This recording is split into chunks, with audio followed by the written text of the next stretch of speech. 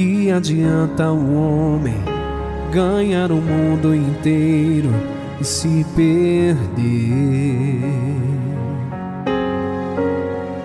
Do que adianta um homem ter muitos tesouros na terra e a presença não ter? Do que adianta um homem ter muitos benefícios e de Deus se esquecer? Do que adianta um homem ter muitos sonhos, fazer muitos planos e a presença não ter? Aí me lembro de Moisés, que viu o mar se abrir, também viu o povo passar, contemplou o Senhor destruir Faraó ali no mar.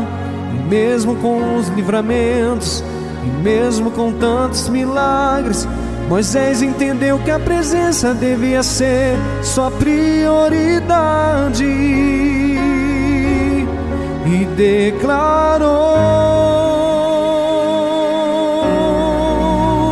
se a tua presença não for comigo, não me faça nem sair do meu lugar.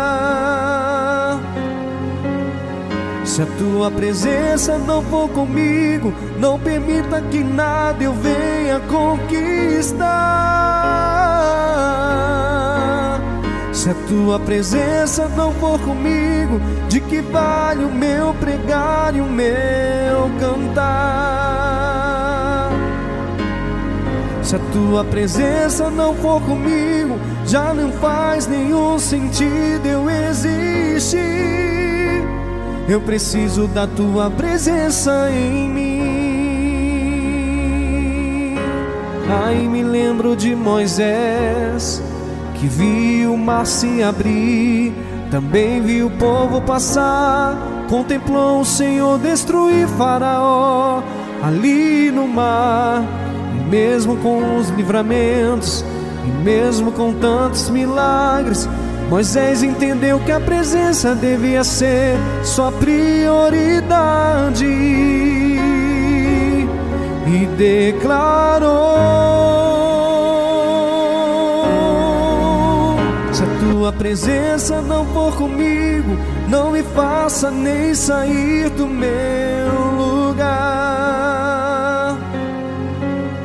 Se a tua presença não for comigo, não permita que nada eu venha conquistar.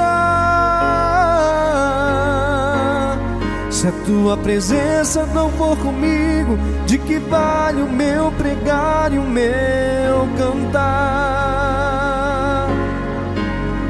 Se a tua presença não for comigo, já não faz nenhum sentido eu existir. Eu preciso da tua presença em mim.